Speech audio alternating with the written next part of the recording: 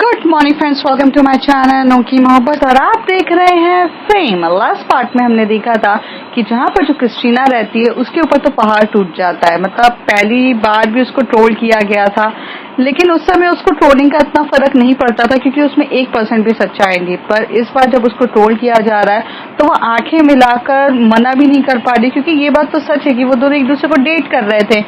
पर इस तरीके से प्राइवेट लाइफ को जाना ये भी तो गलत था। और जो क्या बोलते प्रियांशु ने किया था वो तो बहुत नीच हरकत थी कि किसी की भी प्राइवेट लाइफ को सबके सामने लाकर इस तरीके से बिहेव करना। और यहाँ से वो काफी ज्यादा टेंशन में थी क्योंकि उसके जो पेरेंट्स थे, उसके जो डैड थे, वो भी उसके पीछे पड़ गए थे कि मुझे तो ये इंडस्ट्रियल, ये जो ग्लैमर इंडस्ट्रीज हो गई, एक्ट्रेस इंडस्ट्रीज, ये सब पसंद ही नहीं थी और तुम इनसे मैंने वादा किया था तुम वापस आ जाओ। अब ये सब चीजें उसको इतना ज्यादा होने लग जाती है पर वो मना करती है। यहाँ एलिसन भी बहुत ज्यादा टेंशन में रहती है। वो ये कहती है कि एक बार वो मुझसे बात करे, एक बार मुझसे वो क्लियर करे तो मैं हर चीज प्रॉब्लम में फेस करूं, बट वो भी उससे बात नहीं करती। श्रेया जो रहती है वो बहुत अच्छे से ख्याल रखती है जूनी का, क्योंकि उसको फीवर हो जाता है और वो सेंसिटिव रहती है, उसका ये होता है। तो जूनी के अंदर ना बहुत ज्यादा सॉफ्ट कॉर्नर आता है श्रेया के लिए। और उस समय जितने भी जो पूरे टीम मेंबर्स में जो 12 लोग थे, 12 मीन्स 11, 10 बोल सकते हैं, 10 लोग जो थे, टोटल 12 थे, वैसे 10 लोग जो थे वो श्रेया के इस गेस्चर को देख के उन्हें समझ में आता है कि यार ये भले बॉसी एटीट्यूड रखती है, हार्ड कोडेड है, लेकिन इसका दिल बहुत ज्यादा सॉफ्ट है और ये बहुत प्यारी है। तो उसके लिए सेल्फ रिस्पेक्ट, उसके लिए जो रिस्पेक्ट होती है वो सबसे ज्यादा लोगों के अंदर बढ़ जाती है। और प्रिया तो इनडायरेक्टली मतलब बोल सकते हैं कि वो थोड़ा पसंद करने लग जाती है श्रेया को। तो उसके लिए वो मतलब लाइक थोड़ा सॉफ्ट कॉर्नर, खाना पीना दिखाती है। यहाँ पे आयु भी था, वो भी श्रेया पे लाइन मारने की अब कोशिश कर रहा था, क्योंकि इस गेम में अगर थोड़ा सा कॉन्ट्रोवर्सीज ना हो तो फिर मजा कहाँ से आता है। दूसरी तरफ जो हमारी जोया रहती है वो क्रिस्टीना तो उसको डायरेक्टली बोल देती है कि भाई अब तुम अपना देखो। क्रिस्टीना यहाँ पे काफी ज्यादा टेंशन में रहती है क्योंकि उसको जब एलिसन के बारे में पता चलता है तो वो वरिड रहती है। और जो जैज रहता है, उसका जो दोस्त रहता है, वो उसे काफी अच्छे से कंसोल कर रहा रहता है। और उन दिनों एक अच्छे दोस्त की ज्यादा जरूरत होती है, तो जैज उसके पास रहता है। और यहाँ पे एलिसन के पास सोफिया रहती है उस समय दोस्ती में। और जोया जो रहती है वो अपने ही ख्यालों में खोई रहती है। तब उसे ख्याति मिलती है, ख्याति जो उसकी एक 8th स्टैंडर्ड में बेस्ट फ्रेंड थी, अब वो उससे बात करती है उसके आगे। ख्याति, मैं तुमसे ये पूछना चाहती थी कि प्यार मतलब जैसे तुमने कहा कि तुम्हें प्यार हुआ, पर तुम्हें रियलाइज कैसे हुआ?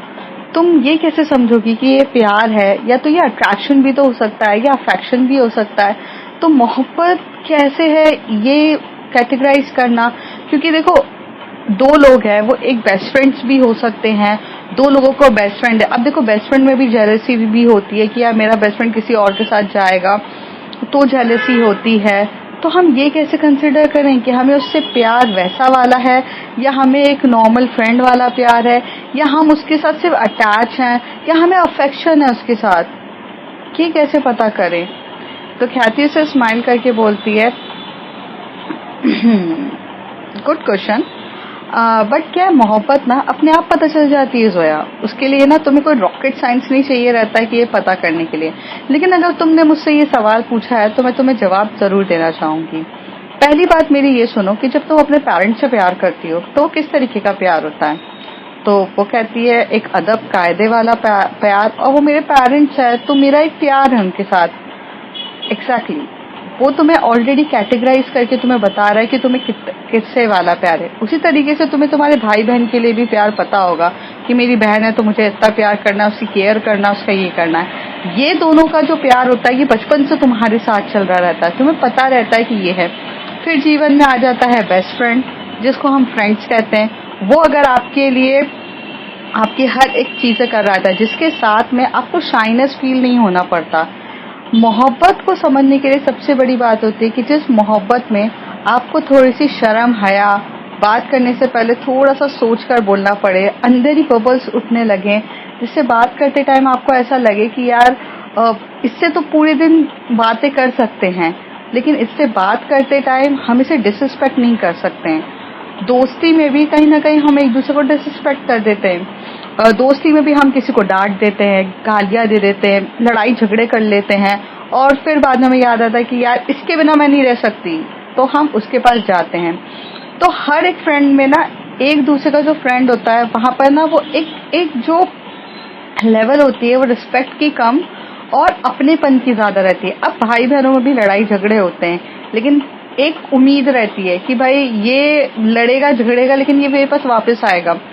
उसी तरीके से दोस्त में भी लड़ाई झगड़े होते हैं, लेकिन जहां पर आपको ये वाली फीलिंग्स आने लग जाए कि मैं इसके साथ हूँ, मुझे इसके साथ थोड़ी सी शाइनेस फील हो रही है, ब्लशिंग हो रही है, लेकिन अगर मैंने इससे कुछ ज्यादा ही जम के लड़ाई कर दी और ये मुझे छोड़ के चला जाएगा, ये मेरी डिसरिस्पेक्ट को हैंडल नहीं कर सकता है और इसके लिए अलग ही चीज है। तो जहां पर आपको किसी को खोने का दर्द या किसी को खोने की चीजें अगर आपकी लाइफ में आए तो आपको समझ जाना चाहिए कि वहां से आपकी प्यार की शुरुआत हो गई है।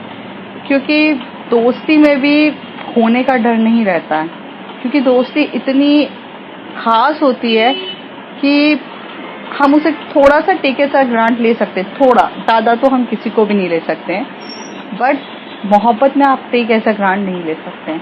और जेलसी पॉजेसिवनेस होती है यार, आपको जब ये चीज आ जाए, देखो जेलसी और पॉजेसिवनेस व्हाट होती है। जेलसी पॉजेसिवनेस इज सिंपली मीन कि अगर आपका बंदा आपके पास से जा रहा है और आपको खोने का डर को ही जेलसी और पॉजेसिवनेस कहते हैं, और ये सिर्फ उसी के लिए आती है जो आपसे प्यार करने लगता है। दूसरी चीज एक और तरीका है कि भाई मोहब्बत में ना आप जैसे हम दोस्ती में बेस्ट फ्रेंड को मिस करते हैं तब, जैसे कि हम अकेले हैं और हम उसे मिस इसलिए कर रहे हैं कि यार वो होता तो मैं किसी की टांग खिंचाई करती, वो होता तो मैं उसके साथ ये मस्ती करती, वो होता तो मैं उसके साथ वो मस्ती करती। वो एक बेस्ट फ्रेंड अलग होता है कि यार उसके बिना ना बिल्कुल अच्छा नहीं लगता। लेकिन बेस्ट फ्रेंड से ही जब मोहब्बत के रूट में आ जाओ तो हर पल उसकी याद आती है और ऐसा लगता है कि यार वो इंसान होता तो वो मेरे लिए कितनी केयर करता, वो होता तो वो मेरे लिए ना मतलब वो सब चीजें करता जो नहीं होता। अगर आपको कपल को देख के सबसे पहले अगर वो फीलिंग्स आ जाए कि यार मेरी लाइफ में मुझे इतना स्पेशल ट्रीट मुझे एक ही इंसान करा सकता है, तो आपको समझ जाना चाहिए कि आपको प्यार हो चुका है। और वैसे भी जोया सॉरी वैसे भी जोया तुम मुझसे इतने सारे सवाल क्यों कर रही हो, क्या तुम्हें प्यार हो चुका है?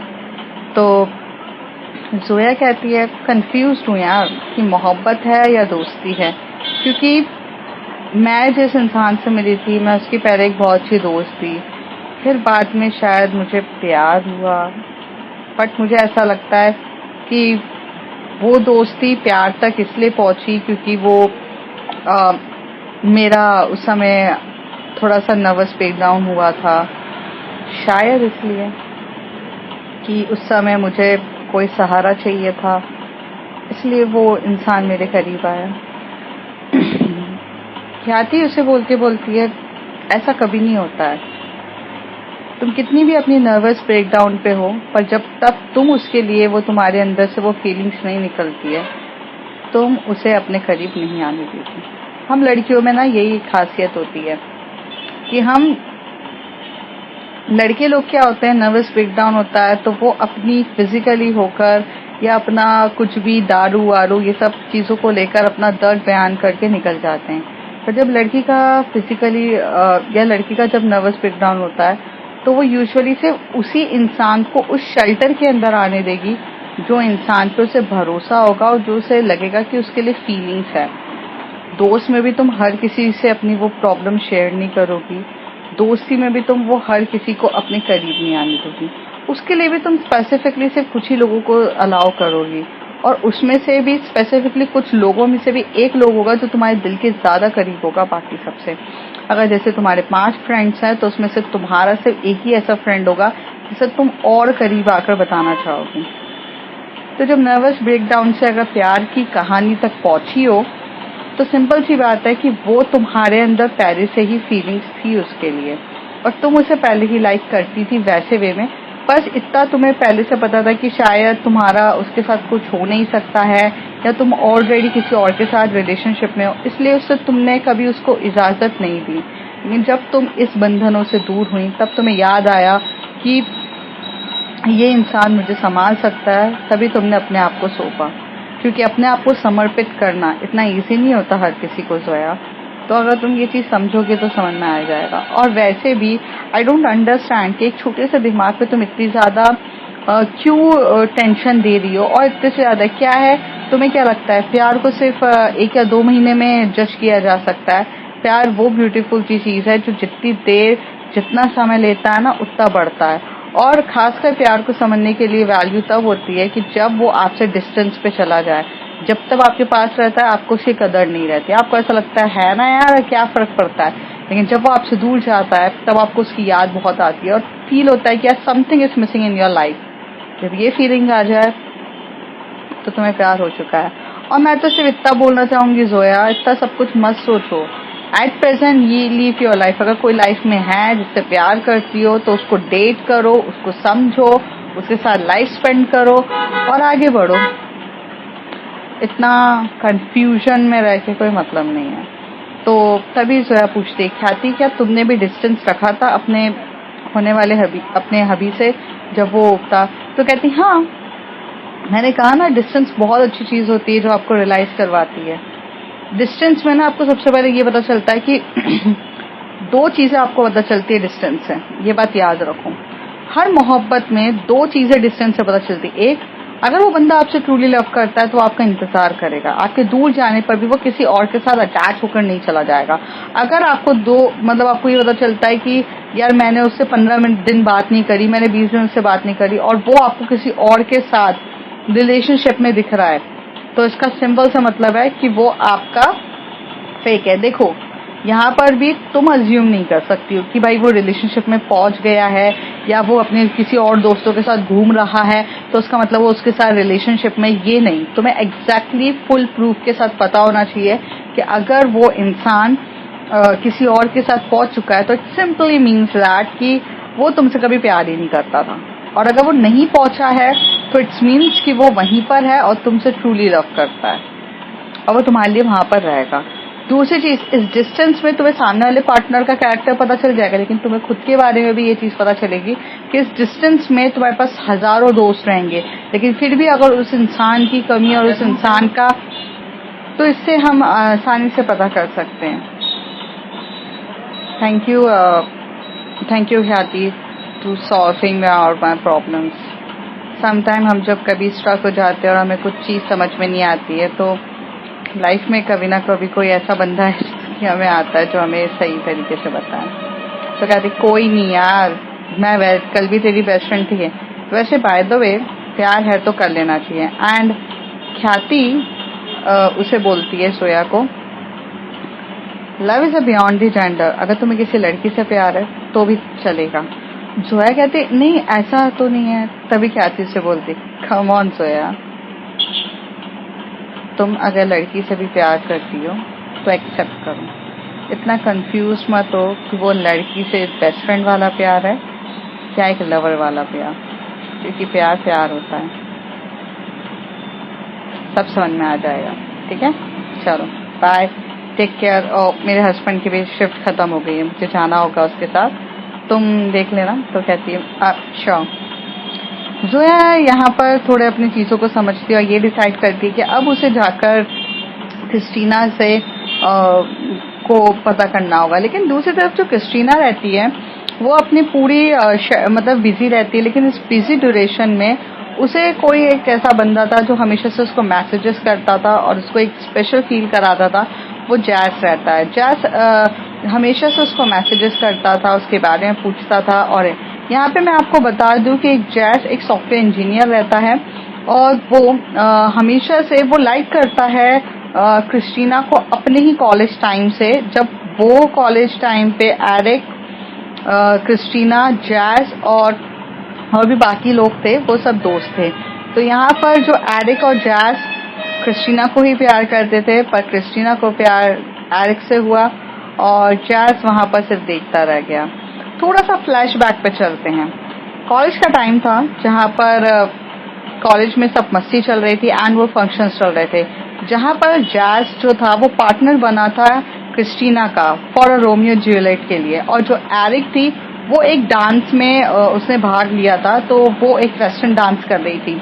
तो जब वो रोमियो एंड जूलियट वाली फीलिंग्स होती है तो जब रोमियो और जूलियट का शो चल रहा था तो जहाँ पर जो हमारा जैस रहता है वो रोमियो बनता है और जो हमारी क्रिस्टीना रहती है जूलियट। क्रिस्टीना उस दिन बहुत ब्यूटीफुल सी थी और जो जैस था वो क्रिस्टीना को काफी ज्यादा लाइक करता था।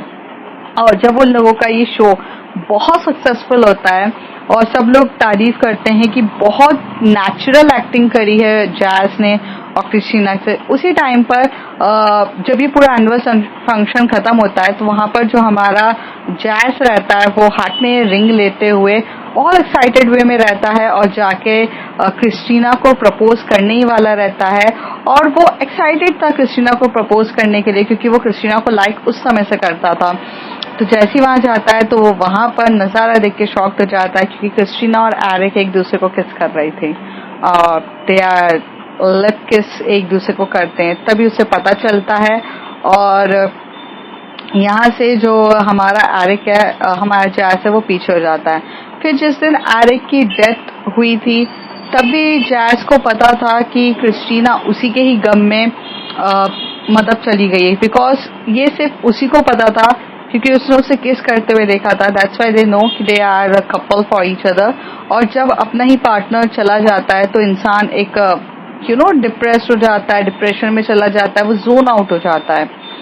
तो जैस को उस समय से क्रिस्टीना की बहुत ज्यादा फिक्र थी और वो क्रिस्टीना को उस समय से ही सपोर्ट करने की कोशिश करता था, बट क्रिस्टीना ने अपने आगे पीछे वॉल्स लगा दिए थे और वो उसे जैस को कभी आने ही नहीं देता था, आने ही नहीं देती थी। पर अब जब जैस के सामने क्रिस्टीना ने फिर से वो थोड़े से डोर ओपन कर दिए हैं तो जैस अभी भी क्रिस्टीना को उतना ही लाइक करता है और वो उसके पास आकर एक अपना हेल्दी रिलेशंस बनाना चाहता है।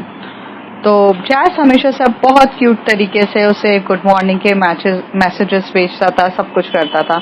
और यहाँ पर क्रिस्टीना को भी कहीं ना कहीं जैस की ये सारी चीजें बहुत अच्छी लगने लग गई थी और इन दोनों के बीच में भी काफी अंडरस्टैंडिंग और एक बोल सकते ना थोड़ी सी क्लोजनेस उन दिनों आ गई थी जब हमारी क्रिस्टीना से जोया थोड़ी अलग हुई थी।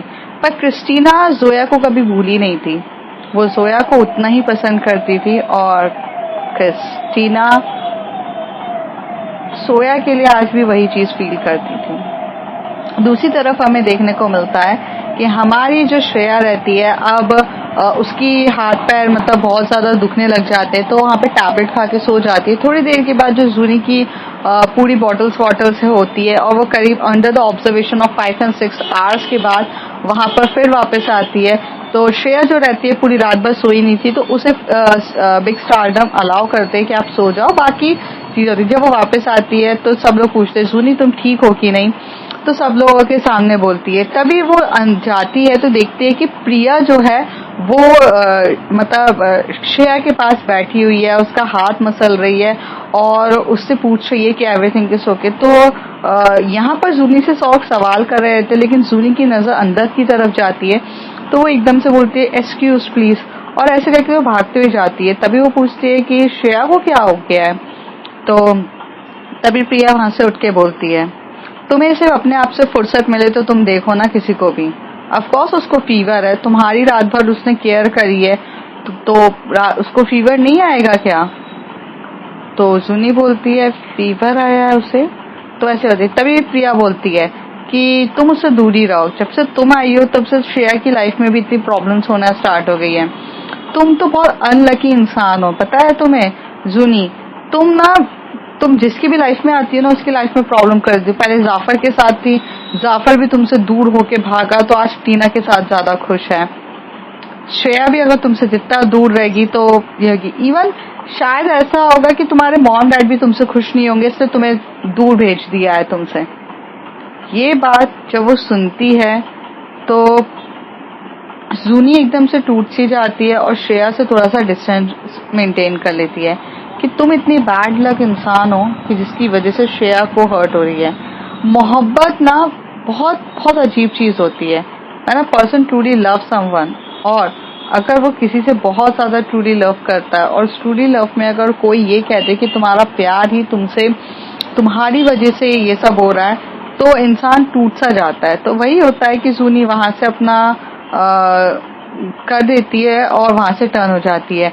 थोड़ी देर के बाद श्रेया को भी कुछ 2-3 घंटे के बाद मिलता है, और तब वो जब होश में आती है तो उसकी फीवर जो रहता है वो सब रिड्यूस हो जाता है, शी वाज नॉर्मल, ओके, वो अच्छे से खड़ी होती है। तब वो देखती है, पूछती है प्रिया तुम यहाँ क्यों बैठी हो? तो वो कहती है कि मैं बस तुम्हें देख रही थी, तुम्हारी तबीयत तो ठीक है कि नहीं, now you are very well, बस तुम्हारे बहुत ज्यादा स्वेटिंग हो गई है। तो कहती है मैं बात कर लेती हूँ, हाँ थोड़ा सा बेटर फील करूंगी। तो कहते हैं या हॉट वाटर से बात करना? तो कहते हैं या ऑफ कोर्स श्योर। जूनी आ गई है क्या? तो कहती है कि तुम्हें जूनी की इतनी ज्यादा क्यों फिक्र होती है? प्रिया एकदम से बोलती है। तो श्रेया बोलती है जितना सवाल पूछा है उतना ही जवाब दो, मुझे फालतू के सवाल का आंसर देने की जरूरत नहीं है। आ गई है वो, बाहर गार्डन एरिया में बैठी हुई है। क्यों, वो अंदर क्यों नहीं आई? इसकी तो तबीयत ठीक नहीं थी ना। कम ऑन श्रेया, उसकी तबीयत ठीक है, वो अपने आप को करके आई है, उसकी तबीयत के चक्कर में तुमने अपनी तबीयत खराब कर ली। तो वो उसे इस तरीके से बोलती है। तभी श्रेया श्रेया कुछ भी नहीं बोलती, वहां से उठती है और बाहर जाते हुए देखती है तो जूनी जो एक कोने पे ऐसी चुपचाप बैठी रहती है, कुछ भी नहीं बोलती। तभी श्रेया उसके पास आके बोलती है क्या हो गया तुम्हें, तुम इतनी अपसेट क्यों? तो वो ऐसे बोलती है कि जूनी बोलती है श्रेया मुझे ना तुमसे दूर रहना चाहिए, मैं नहीं चाहती कि तुम मेरी वजह से तुम्हारी और तबीयत खराब हो। मैं शायद से बहुत अनलकी इंसान हूँ कि जब से तुम्हारी जिंदगी में आई हूँ तुम्हारी जिंदगी को तबाह करके रख दिया है। श्रेया जब ये बात सुनती है तभी वो जूनी का हाथ पकड़ती है और बोलती कि तुम पागल हो गई हो क्या? तुम्हारा फीवर था, मुझे समझ में आता है, बट फीवर क्या सर पे चढ़ गया था क्या कि तुम कुछ भी बातें कर रही हो बहकी बहकी सी? आर यू ओके ना? तभी सुनी उसका हाथ छुड़ा के बोलती है श्रेया हमें प्लीज जाने दीजिए, मुझे पता है कि मेरी वजह से ही ये सब हो रहा है, ना मैं आपकी लाइफ में कभी आती, ना आप मुझे इस प्रॉब्लम में फंसते, और ये बिग स्टारडम तो आपको बिल्कुल आपकी कप ऑफ टी थी नहीं, मेरी वजह से आप यहाँ पर आकर फंसे हुए हो, और मैं नहीं चाहती कि मेरी वजह से ये सब कुछ हो। सब सही कहते हैं, जिसके खुद के माँ बाप ने उसे छोड़ दिया हो, फिर तो जाहिर सी बात है ना कि मैं कितनी अनलकी होंगी कि जिसकी जिंदगी में जाती हूँ उसकी जिंदगी में तबाही मचा देती हूँ। सोनी ये बोल के वहां से चली जाती है। श्रेया जो होती है वो देखती रह जाती है, और जूनी उन दिनों ना एकदम अलग से कोने में, क्योंकि वो बिग स्टारडम का हाउस बहुत बड़ा रहता है तो वहाँ बहुत सारे पॉइंट्स रहते हैं, वो कहीं पर भी जाके बैठ जाती है। श्रेया को समझ में नहीं आता, और श्रेया सिर्फ अपने आप की बड़ी बॉडी देखती है कि वो बहुत ज्यादा स्वैट हो चुकी है, तो सबसे पहले उसे नहाना चाहिए, क्योंकि नहा धो के वो अपने आप को फ्रेश फील करेगी, तब जाके वो जाके जूनी को कुछ समझा पाएगी। तो वो यहाँ से चली जाती है और फटाक से भागते जाती है, अपने आप को फ्रेश होने के लिए चली जाती है। जब वो वहां से फ्रेश हो रही रहती है तो जो वहां का क्या बोलते गर्ल्स का जो वॉशरूम रहता है वो बहुत बड़ा रहता है, तो वहां पर ये दोनों बाहर आके बोलते हैं। तभी वहां से टीना एक दूसरी लड़की को बोलती है तुम्हें पता है प्रिया ने जूनी को इतना गंदे तरीके से सुनाया, आखिर उसे इतना सबको सुनाने का कोई हक नहीं था, मुझे समझ में नहीं आता कि प्रिया इस तरीके से बिहेव क्यों कर रही है, पता नहीं क्या है, उसे इतना नहीं सुना चाहिए था, बेचारी फीवर से उठकर आई थी। माना कि मुझे देखो जूनी बिल्कुल भी पसंद नहीं है, बट यार एक ह्यूमैनिटी नाम की चीज होती है, बेचारी फीवर से उठकर आई, वो श्रेया को देखने गई, श्रेया की तबीयत ठीक नहीं थी, श्रेया को भी फीवर आ गया था, मानती हूँ जूनी का ख्याल रखते हैं, लेकिन जस्ट इतना ही पूछा उसने, तभी उसने इतना ज्यादा सुना दिया कि तेरे माँ बाप ने भी तुझे छोड़ दिया क्योंकि तू इतनी अनलकी है, तू इतनी बेकार है कि जिसकी लाइफ में जाती है। प्रिया को ये सब नहीं बोलना था, और ये सारी बातें वहां से श्रेया सुन लेती है। जब श्रेया वहां से ये सारी बातें सुनती है तो उसे इतना गुस्सा आता है कि उसका ऐसे गुस्से में रहती है वो। तभी वो वहां से अपने ड्रेस चेंज करती है, पूरा नहा धो के बाहर निकलती है, और जैसे वो बाहर जाती है तो वो जूनी के पास जाती है और जूनी का हाथ एकदम से खींचती है। तभी जूनी बोलती क्या हो गया श्रेया, तुम मुझसे दूर क्यों नहीं रहती हो यार, तुम्हें प्रॉब्लम क्या है मुझसे, मैं तुम्हारी लाइफ में और ट्रबल क्रिएट नहीं करना चाहती। तभी श्रेया उसकी तरफ एक उंगली करती है, उसके लिप पे रखती है, कहती है चुप, और ऐसे करके उसे फटाक से खींचते हुए लेकर जाती है और प्रिया के सामने रखती है, कहती क्या कहा तुमने इसे कि अनलकी है, तुमने क्या कहा कि जब से ये मेरी जिंदगी में आई है तबाह मचा दी है, इसके माँ बाप ने भी इसको छोड़ दिया, who the hell are you to talk like that. हाँ, तब पूरे के पूरे जो बिग स्टारडम के जितने भी जो कंटेस्टेंट होते हैं वो सब वहां पर आके खड़े हो जाते हैं। तभी श्रेया एकदम से बोलती है और हाथ पकड़ती है जूनी का, उसको कमर से पकड़ती है और अपनी ओर खींचते बोलती है she is a dam lucky for me. जब से ये मेरी जिंदगी में आई है तब से मेरी जिंदगी सब चीज हुई है। तुम जिस लड़की के सामने बात कर रहे हो ना, वो दिखने में बच्ची है, लेकिन अगर आज उसकी सक्सेस के बारे में जानोगे तब पता चलेगा। 20 साल की उम्र में वो she is a show stopper, international show stopper है, वो नेशनल शो स्टॉपर है, और वो पलाश इंडस्ट्री की आन बान शान है। जो पलाश इंडस्ट्रीज की जो मेरी कंपनी है। क्या जानती हो तुम? मैगजीन में उसकी फोटोज देखी है? कभी उसके पोस्टर्स देखे हैं हर जगह पे? At the age of 20 she achieve everything, at the age of 27 you don't achieve anything else. तुम्हारे कौन जानता है पिया? तुम कौन हो? तुम क्या शख्सियत है तुम्हारी? पर तुम जिस लड़की के ऊपर उंगली उठा रही हो ना, जो बहुत शांति से तुम्हारी ये बकवास सुनकर चली गई, उस लड़की को बोलने से पहले 100 बार सोचो कि उसके पीछे कौन खड़ा हुआ है। तुम जब जब उंगली उठाओगी ना, तुम्हें मुझे फेस करना पड़ेगा। और लकी अनलकी की बातें तो तुमसे मत करो। जूनी जब से मेरी लाइफ में आई है वो लकी है, और वो हमेशा से लकी ही रहेगी। और रही बात माँ बाप की, तो उसके माँ बाप ने उसे छोड़ा नहीं है। वो अपने माँ बाप से दूर होकर आई है, क्योंकि उसके माँ बाप ने उसे वो चीज करने के लिए मना कर दिया था जो वो करना चाहती थी। वो मॉडल बनना चाहती थी, और उसके डैड चाहते थे कि वो मॉडल ना बने, वो गवर्नमेंट जॉब लेकर अपनी लाइफ को जिए। एंड जिसकी तुम बात कर रही हो ना, वो अपने कॉलेज की टॉपर रह चुकी है। तो first of all understand the background and then said anything else. ठीक है? और ये बोल के वो सुनी का हाथ पकड़ती है। सुनी की आंखों में आंसू आ चुके रहते हैं, वो रोती है, और वो श्रेया उस समय सुनी का हाथ पकड़ के उसे एकदम कोने पे लेके जाती है, उसके आंसू पोंछती है, और बोलती है तुम बेवकूफ हो क्या? तुम किसी की भी बात पे इतनी जल्दी कैसे आ जाती हो? तुम पागल हो क्या? तो वो कहती है जब कोई मुझे ऐसे बोलेगा तो मुझे हर्ट नहीं होगा क्या? तो कहती है तुम पागल, उससे ज्यादा हक तुम्हारा मेरे ऊपर है। तुम्हें ये बात समझ में नहीं आई है क्या अभी तक? और कोई कुछ भी बोल दे तुम मुझसे दूर चली जाओगी क्या? तुम में इतनी हिम्मत नहीं है कि अपने प्यार। तभी वो बोलती है क्या? कुछ नहीं, मुझे कुछ बात नहीं करनी है, और ऐसे करके वो उठने लगती है। तभी सुनी उसका हाथ पकड़ के बोलती है तुमने कहा अपने प्यार बोलना चाहती थी ना? श्रेया बोलती है सुनी मेरा दिमाग वैसे ही बहुत खराब है, मुझे प्रिया की बात से इतना हर्ट नहीं हुआ जितना तुम्हारी इस बिहेवियर से हर्ट हुआ, क्योंकि तुम किसी की भी बातों पर आकर मुझ पर गिव अप कर दोगी। तुम्हारे साथ जिंदगी बिताने के बारे में मैं सोच भी नहीं सकती, क्योंकि सिर्फ इतनी सी छोटी सी बात पे तुम गिव अप करने के लिए रेडी हो। पता चला फ्यूचर में बहुत से लोग क्या क्या बोलेंगे हमारे बीच में, और तुम तब भी गिव अप कर दोगी। क्या तुम इतनी वर्दी हो कि तुम स्टैंड ले सको मेरे लिए? तुम नहीं ले सकती हो। ठीक है? तो ये जो तुम मुझे बोलती रहती हो ना कि आई लव यू, तुम्हारा लव वहीं पर दिख गया मुझे कि जब तुमने तुरंत गिव अप कर दिया।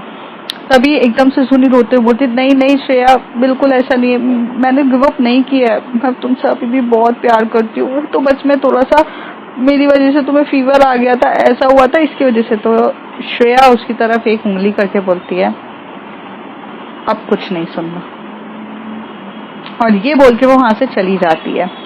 ऐसा ही हो जाता है, थोड़ा सा इन दोनों के बीच में अनबन हो जाती है। यहाँ श्रेया को भी बुरा लगता है कि जो लड़की उसको इतनी इजीली गिव अप कर देगी वो क्या उसकी लाइफ पार्टनर बनने लायक है? उसका भी सोचना सही था, सुनी का भी सोचना सही था, पर दोनों के सर्कमस्टेंसेस सही नहीं थे। अब चलते हैं दूसरी तरफ, जो हमारे सबसे मोस्ट इम्पोर्टेंट कपल है। कपल तो तीनों इम्पोर्टेंट है, बट जैसे उस दिन सबकी लाइफ ऐसी चल रही थी, बट जहाँ पर प्रियांशी को ऑल ओवर टोल्ड किया जा रहा था सोशल मीडिया पे, वो जब भी शूटिंग के लिए आती थी तो शूटिंग में वो सेट पे करती थी, थोड़ी सी वो फ्री होती थी तो वहां पर भी मीडिया आके उसको ट्रोल करना स्टार्ट कर देती है, उसे इतना ज्यादा प्रेशराइज करना स्टार्ट कर देती है, बहुत ज्यादा हो जाती है। और इसे देखकर ना सबसे ज्यादा कोई खुश हो रहा था तो वो हो रहा था क्या बोलते हैं प्रियांशु को सबसे ज्यादा खुशी हो रही थी कि उसे इतने बुरे तरीके से ट्रोल किया जा रहा है।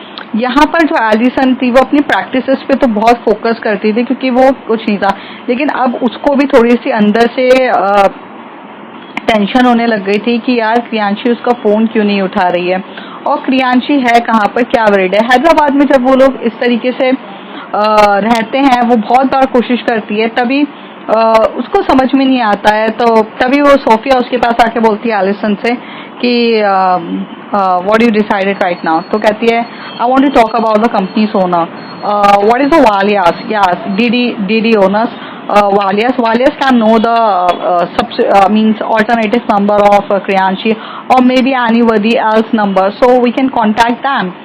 तो सोफिया कहती है that's a very good idea, let's go. Sophia जब सुनती है कि एलिसन उसे बोलते हैं कि यार मैं उसको कब से फोन लगा रही हूँ, वो फोन नहीं उठा रही है, अब मैं बहुत ज्यादा वरीड हूँ, तो मुझे यहाँ के डीडी जो ओनर है, डीडी के ओनर मीन्स वालियास, उनसे मिलना है। उनके पास तो कोई ऑल्टरनेटिव नंबर्स होगा ना, और चीजें होगी तब उससे बात करेंगे, तब पता चलेगा। तो ये बात होती है, तो यहाँ से जाती है और वालियास को कांटेक्ट करते हैं। तो वालियास का जो मैनेजर होता है वो आता है, और वो आकर बोलता है यस मैम। तो कहते हैं कि मुझे क्रियांशी का नंबर चाहिए, जहाँ पे सोफिया और एलिसन दोनों बहुत देते हैं। पीछे से वेवली भी आकर बोलती है कि यार एलिसन हमें नंबर चाहिए। थोड़ी देर के बाद वो उसे बोलता है कि मैम हमें क्रियांशी मैम का ऑल्टरनेटिव नंबर्स तो नहीं पता, लेकिन उसके पीए का नंबर पता है। तो कहते हैं जल्दी से दो। तो अतुल के पास नंबर आता है। अब अतुल जो होता है उसको ये लोग फटाफट फोन करते हैं। तो अतुल जो होता है वो उठाता है फोन और बोलता है hello, my name is Atul and I am the PA of Kriyanshi Agarwal, you can say if you want any appointments you can say that. तभी बोलती है एलिसन बोल रही हूँ, hey I'm Allison। तो बोलता है हेलो मैम। तो कहते हैं where is Kriyanshi, why she is not picking my call, where she is। तो कहता है sorry ma'am but Kriyanshi ma'am की कंडीशंस बहुत ज़्यादा वर्स्ट है, मुझे बोलना नहीं चाहिए, लेकिन उनके ऊपर 24 घंटे मीडिया ऐसे बस राह देख रही है, और वो आपका फोन आता है उनके हाथ में रहता है, बट वो गलती से भी पिकअप नहीं कर पाती हैं। आपको वो प्रियांशु सर के बारे में पता है ना, वो हर जगह जब भी शूट पे होता है तो जानबूझ के उनको नीचा गिराने के लिए वो हर जगह मींस मीडिया को बुला लेते हैं, सोशल मीडिया को, ताकि हो। और अगर गलती से भी वो आपका फोन पिकअप कर देंगी तो उसको एक बहुत अच्छा आइडिया मिल जाएगा ये बोलने के लिए कि देखिए अभी भी इन दोनों का कुछ ना कुछ तो चल रहा है ये। और अगर वो चिल्लाकर बोलेंगे भी कि दिस इज अ फ्रेंडशिप, तो ये चीज नहीं होगी। तो तभी आसन बोलती है okay I can understand that she can't pick up my call, but you give it through your mobiles, I can talk to her ना, जस्ट गिव योर फोन। तो कहता है सॉरी मैम, प्रियांशी मैम अब किसी से भी बात नहीं कर रही हैं, वो सिर्फ यहाँ से जाती हैं और उनको बहुत ज़्यादा प्रेशर है। मैं कोशिश करूँगा आपसे बात करवाने के लिए, but I can't give a guarantee of it, sorry ma'am. ऐसे बोलकर वहाँ से भी एलिसन को भी डिसअपॉइंटमेंट मिलता है, और यहाँ पर हमारी क्रियांशी को भी बहुत प्रॉब्लम होती है। क्रियांशी की लाइफ एक टाइप की हेल हो चुकी थी, क्योंकि 24 घंटे उसके पीछे मीडिया घूमती रहती थी, और सबसे बड़ी बात थी कि उसका सबसे बड़ा राइवल उसी के साथ चिपका हुआ था। तो कुछ भी होता था तो वो बस करने लगता था, तो इससे वो बहुत ज़्यादा फ्रस्ट्रेटेड हो गई थी, तो वो फ़ोन पिकअप नहीं करती थी। फिर ऐसे ही कुछ दिन चलते रहे। कुछ दिन इस तरीके से चले कि अब एलिसन का मैच था, और एलिसन का मैच बहुत इम्पोर्टेंट मैच था। और यहाँ पर हमें दूसरी तरफ देखने को मिलते हैं कि कुछ दिन इसी तरीके से बिग स्टारडम में बीत जाते हैं, जिस बिग स्टारडम में दोनों के बीच में लड़ाई होती है। पर इस बिग स्टारडम में दो दिन हो चुके रहते, 2 दिन मतलब 2 दिन बीत जाते। 2 दिन में क्रियांशी जो हमारी श्रेया रहती है वो पूरी तरीके से अवॉइड करती है जूनी को, क्योंकि उसे जूनी पे बहुत ज़्यादा गुस्सा होता है कि अगर तुझे गिव अप ही करना है तो तू मेरे पास मत आ। और जूनी को काफ़ी ज़्यादा अपसेट होती है, कोशिश तो करती है लेकिन वो कोशिश उतने अच्छे से नहीं कर पाती है। और तीसरी तरफ हमें देखने को मिलता है कि जोया भी उसको हर जगह जाके उसको याद आने लगती है, उसको समझ में आता है कि उससे भी बहुत ज़्यादा प्यार हो चुका है। पर लाइफ चेंज तब होती है जब जोया ये देखती है कि वो बर्थडे पार्टी मतलब वो क्या बोलते हैं जैस के साथ बहुत ज़्यादा फोटोज पिक्स डाल रही है, मतलब इंस्टा ग्राम पे, तब उसे ये बहुत ज्यादा अफेक्ट होता है। तो अब फ्रेंड्स देखते हैं अब क्या होगा ऐसे कि अब इन लोगों की, तीनों की लाइफ, 3 कपल्स की लाइफ को कहाँ पे इफेक्ट होगा, जानेंगे अगले कुछ एपिसोड में। तब तक के बाय बाय।